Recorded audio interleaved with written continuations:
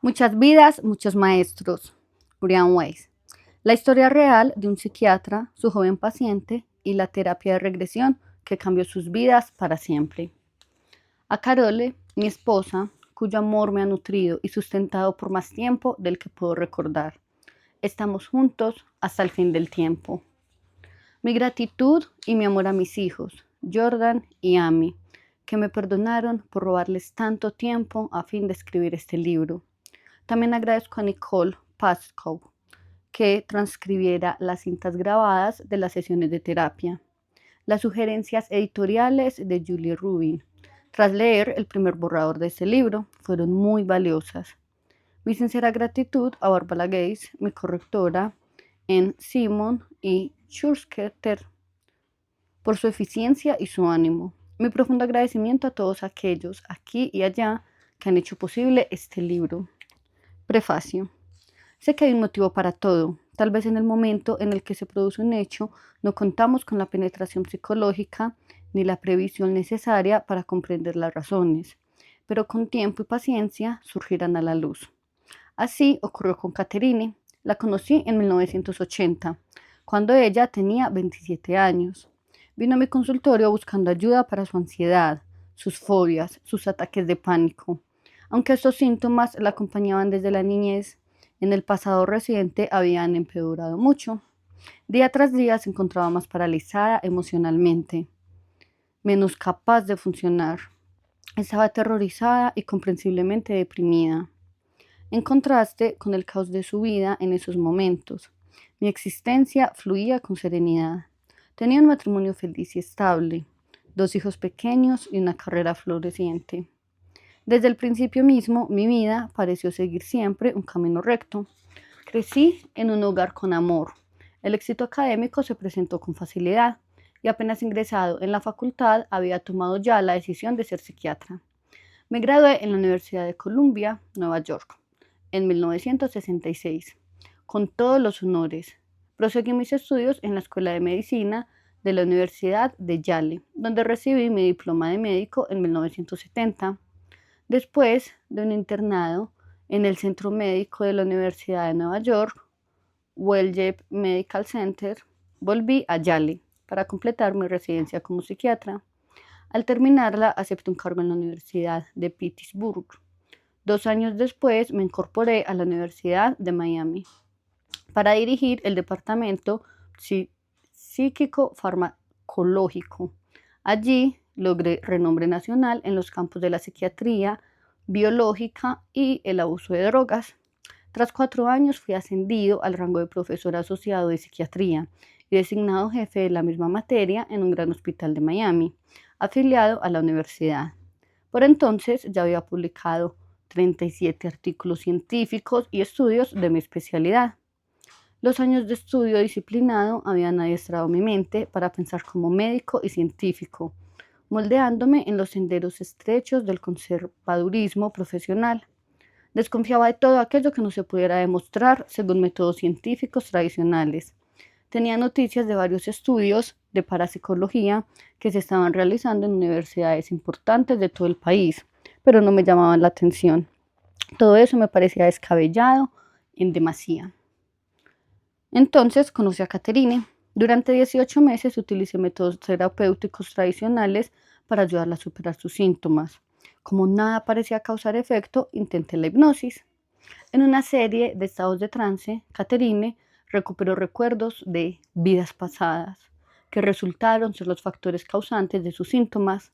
También actuó como conducto para la información procedente de entes espirituales altamente evolucionados y, a través de ellos, reveló muchos secretos de la vida y de la muerte. En pocos y breves meses, sus síntomas desaparecieron y reanudó su vida, más feliz y más en paz que nunca. En mis estudios no había nada que me hubiera preparado para algo así. Estos hechos se desarrollaron ante mi absoluto asombro. No tengo explicaciones científicas de lo que ocurrió. En la mente humana hay demasiadas cosas que están más allá de nuestra comprensión.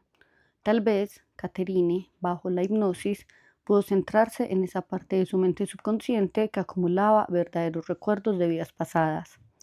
Tal vez utilizó aquello que el psicoanalista Carl Jung denominó inconsciente colectivo, la fuente de energía que nos rodea y contiene los recuerdos de toda la raza humana. Los científicos comienzan a buscar estas respuestas. Nosotros, como sociedad, podemos beneficiarnos mucho con la investigación de los misterios que encierra el alma, la mente, la continuación de la vida después de la muerte y la influencia de nuestras experiencias en vidas anteriores sobre nuestra conducta actual. Obviamente, las ramificaciones son ilimitadas, sobre todo en los campos de la medicina, la psiquiatría, la teología, la filosofía. Sin embargo, la investigación científicamente rigurosa de estos temas aún está en su infancia. Si bien se están dando grandes pasos para develar esta información, el proceso es lento y encuentra mucha resistencia tanto por parte de los científicos como de los legos. A lo largo de la historia, la humanidad siempre ha resistido al cambio y a la aceptación de nuevas ideas. Los textos históricos están llenos de ejemplos. Cuando Galileo descubrió las lunas de Júpiter, los astrónomos de su época se negaron a aceptar su existencia y hasta a mirar esos satélites, pues estaban en conflicto con las creencias aceptadas. Así ocurre ahora entre los psiquiatras y los terapeutas, que se niegan a examinar y evaluar las considerables pruebas reunidas sobre la supervivencia tras la muerte física y sobre los recuerdos de vidas pasadas. Mantienen los ojos bien cerrados. Este libro es mi pequeña contribución a la investigación en marcha en el campo de la parapsicología, sobre todo en la rama que se refiere a nuestras experiencias antes del nacimiento y después de la muerte. Cada palabra de lo que aquí se va a encontrar es cierta. No he agregado nada y solo he eliminado las partes repetitivas. He alterado ligeramente la identidad de Catherine para respetar su intimidad. Me llevó 4 años decidirme a escribir sobre lo que ocurrió. 4 años reunir valor para aceptar el riesgo profesional de revelar esta información, nada ortodoxa. De pronto, una noche, mientras me duchaba, me sentí impelido a poner esta experiencia por escrito. Tenía la fuerte sensación de que era el momento correcto, de que no debía retener la información por más tiempo. Las lecciones que había aprendido estaban destinadas también a otros. No me habían sido dadas para que las mantuviera en secreto. El conocimiento había llegado por medio de Caterine y ahora debía de pasar a través de mí. Comprendí que, de cuántas consecuencias pudiera sufrir, ninguna sería tan devastadora como no compartir el conocimiento adquirido sobre la inmortalidad y el verdadero sentido de la vida. Salí a toda carrera del baño. Me senté ante mi escritorio con el montón de cintas grabadas durante mis sesiones con Caterine. En las horas de la madrugada pensé en mi viejo abuelo, húngaro, que había muerto durante mi adolescencia.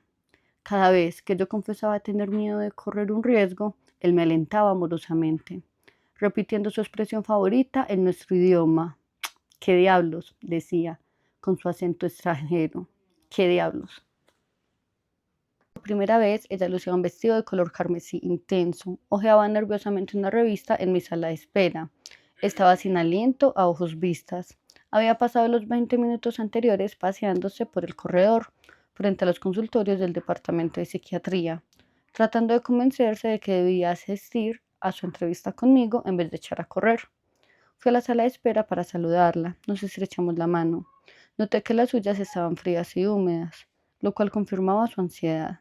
En realidad, había tenido que reunir coraje durante 2 meses para pedir esa cita conmigo, pese que los médicos del personal, hombres en quienes ella confiaba, le habían aconsejado insistentemente que me pidiera ayuda. Por fin estaba allí. Catherine es una mujer extraordinariamente atractiva, de ojos color avellana y pelo rubio, medianamente largo. Por esa época trabajaba como técnica de laboratorio en el hospital donde yo era jefe de psiquiatría. También ganaba sumas adicionales como modelo de trajes de baño. La hice pasar a mi consultorio hasta un gran sillón de cuero que había detrás del diván. Nos sentamos frente a frente, separados por mi escritorio semicircular. Catherine se reclinó en su sillón, callada, sin saber por dónde empezar. Yo esperaba, pues prefería que ella misma eligiera el principio. Empeoró. Al cabo de algunos minutos empecé a preguntarle por su pasado. En esa primera visita comenzamos a desentrañar quién era ella y por qué acudía a verme. En respuestas a mis preguntas, Catherine reveló la historia de su vida. Era la segunda de 3 hijos, criada en el seno de una familia católica conservadora en una pequeña ciudad de Massachusetts. Su hermano, 3 años mayor que ella, era muy atlético y disfrutaba de una libertad que a ella nunca se le permitió. La hermana menor era la favorita de ambos padres. Cuando empezamos a hablar de sus síntomas, se puso notablemente más tensa y nerviosa. Aceleró sus palabras, se reclinó hacia adelante con los codos apoyados en la mesa. Su vida siempre había estado cargada de miedos. Temía el agua, tenía tanto miedo de asfixiarse que no podía tragar píldoras. También le asustaban los aviones, la oscuridad, la aterrorizaba la idea de morir. En los últimos tiempos, esos miedos habían comenzado a empeorar. A fin de sentirse a salvo, solía dormir en el amplio ropero de su apartamento.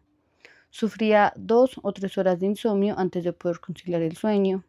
Una vez dormida, su sueño era ligero y agitado. Se despertaba con frecuencia. Las pesadillas y los episodios de sonambulismo que habían atormentado su infancia empezaban a repetirse. A medida que los miedos y los síntomas la iban paralizando, cada vez más mayor era su depresión. Mientras Catherine hablaba, percibí lo profundo de sus sufrimientos. En el curso de los años, yo había ayudado a muchos pacientes como ella a superar el tormento de los miedos. Por eso confiaba en el poder de prestarles la misma ayuda. Decidí que comenzaríamos por ahondar en su niñez, buscando las fuentes originales de sus problemas. Por lo común, este tipo de indagación ayuda a aliviar la ansiedad. En caso de necesidad, si ella lograba tragar píldoras, le ofrecía alguna medicación suave contra la ansiedad para que le estuviera más cómoda. Era el tratamiento habitual para sus síntomas. Yo nunca vacilaba en utilizar sedantes y hasta medicamentos antidepresivos para tratar las ansiedades y los miedos crónicos y graves. Ahora recurro a ellos con mucha más moderación y solo por breves periodos, si acaso. No hay medicamento que pueda llegar a verdaderas raíces de estos síntomas. Mis experiencias con Catherine y otros como ella me lo han demostrado así. Ahora sé que se puede curar en vez de limitarse a suprimir o enmascarar los síntomas. Durante esa primera sesión, yo trataba con suave insistencia de hacerla volver a su niñez. Como eran asombrosamente pocos los hechos que Catherine recordaba de sus primeros años, me dije que debía de analizar la posibilidad de utilizar la hipnoterapia como posible atajo para superar esta represión. Ella no recordaba ningún momento, especialmente traumático de su niñez, que le explicara esa epidemia de miedos en su vida. En tanto, ella se esforzaba y abría su mente para recordar, iban emergiendo fragmentos aislados de memoria. A los 5 años había sufrido un ataque de pánico al empujarla a alguien desde un trampolín en una piscina. Empeoró, dijo que aún antes de ese incidente no se había sentido nunca cómoda en el agua. Cuando Catherine tenía 11 años, su madre había caído en una depresión grave. El modo extraño de que se apartaba de su familia requirió de consultas con un psiquiatra y de tratamientos con electrochoque. Estas aplicaciones hacían que a su madre le costara recordar cosas. La experiencia asustó a Catherine, pero aseguraba que, al mejorar su madre, volviendo a ser como siempre, esos miedos se disiparon. Su padre tenía una larga historia de excesos alcohólicos. A veces, el hijo mayor tenía que ir al bar de la zona para rescatarlo. El creciente consumo de alcohol lo llevaba a reñir frecuentemente con la madre de Catherine, quien entonces se tornaba retraída y malhumorada. Sin embargo, la muchacha consideraba eso como un patrón familiar aceptado. Fuera de la casa todo iba mejor. En la escuela secundaria salía con muchachos y mantenía un trato fácil con sus amigos, a la mayoría de los cuales conocía desde varios años atrás. Sin embargo, le resultaba difícil confiar en la gente, sobre todo en quienes caían afuera del reducido círculo de sus amistades. En cuanto a su religión, era simple y no se planteaba dudas. Se le había enseñado a creer en la ideología y las prácticas católicas tradicionales, sin que ella pusiera realmente en tela de juicio la verdad y la validez de su credo. Estaba segura de que, si una era buena católica y vivía como era debido, respetando la fe y sus ritos, sería compensada con el paraíso. Si no, sufriría el purgatorio o el infierno. Un dios patriarcal y su hijo se encargaban de esas decisiones definitivas. Más tarde descubrí que Caterine no creía en la reencarnación. De hecho, sabía muy poco de este concepto. Aunque había leído algo sobre los hindúes, la idea de la reencarnación era contraria a su educación y su comprensión. Nunca había hecho lectura sobre temas metafísicos u ocultistas, pues no le interesaba en lo absoluto. Estaba segura de sus creencias. Terminada la escuela secundaria, Caterine completó 2 años de estudios técnicos, que la capacitaron como técnica de laboratorio. Contando con una profesión y alentada por la mudanza de su hermano a Tampa, Caterine consiguió un puesto en Miami, en un gran hospital asociado con la Universidad de Miami. A esta ciudad se trasladó en la primavera de 1974, a la edad de 21 años. La vida de Caterine en su pequeña ciudad había sido más fácil de lo que le resultó en Miami. Sin embargo, le alegraba haber escapado de sus problemas familiares. Durante el primer año que pasó allí, conoció a Stuart, un hombre casado, judío y con 2 hijos, diferente en todos de los que hasta entonces había salido con ella. Era médico de éxito, fuerte y emprendedor. Entre ellos había una atracción irresistible, pero las relaciones resultaban inestables y tempestuosas. En él había algo que despertaba las pasiones de Caterine, como si la hechizara. Por la época en que ella inició la terapia, su relación con Stuart iba por el 6.º año y estaba en todo su vigor, aunque no marchara bien. Caterine no podría resistirse a él, aunque la trataba de mala manera, y pese a que la enfurecía con sus mentiras y sus manipulaciones y sus promesas rotas. Varios meses antes de su entrevista conmigo, Caterine había sufrido una operación quirúrgica de las cuerdas vocales, afectadas por un nódulo benigno. Aunque ansiosa antes de la operación, al despertar en la sala de recuperación, estaba absolutamente aterrorizada. El personal de enfermería se esforzó horas enteras por calmarla. Después de reponerse en el hospital, buscó al doctor Edward Paul. Él era un bondadoso pediatra a quien Caterine le había conocido mientras trabajaba en el hospital. Entre ambos surgió un entendimiento instantáneo, que se fue convirtiendo en estrecha amistad. Caterine habló francamente con él. Le contó sus temores, su relación con Stuart y su sensación de estar perdiendo el control de su vida. Él insistió en que pidiera una entrevista conmigo personalmente y no con alguno de mis asociados. Cuando él me llamó para ponerme al tanto de este consejo, agregó que, por algún motivo, le parecía que solo yo podía comprender de verdad a Caterine. Aunque otros psiquiatras también tenían una excelente preparación y eran terapeutas capacitados, sin embargo, Caterine no me llamó. Pasaron 8 semanas. Lo absorbente de mi trabajo como jefe departamental de psiquiatría me hizo olvidar la llamada de él. Los miedos, las fobias de Caterine empeoraban. El doctor Frank Ackler, jefe de cirugía, la conocía superficialmente desde hacía años y solía bromear con ella cuando visitaba el laboratorio donde trabajaba. Él había notado su infelicidad de los últimos tiempos y percibió su tensión. Aunque había querido decirle algo en varias oportunidades, vacilaba. Una tarde, mientras iba a su coche a un hospital apartado donde debía dar una conferencia, vio a Caterine, que volvía en su propio auto a casa, cercana a este hospital. Siguiendo un impulso, le hizo señas para que se hiciera a un lado de la carretera. «Quiero que hables ahora mismo con el doctor Weiss», le gritó por la ventanilla, sin demora. Aunque los cirujanos suelen actuar impulsivamente, al mismo Frank le sorprendió su rotundidad. Los ataques de pánico y la ansiedad de Caterine iban aumentando en frecuencia y duración. Empezó a sufrir 2 pesadillas recurrentes. En una, un puente se derrumbaba mientras ella lo cruzaba al volante de su automóvil. El vehículo se hundía en el agua y ella quedaba atrapada ahogándose.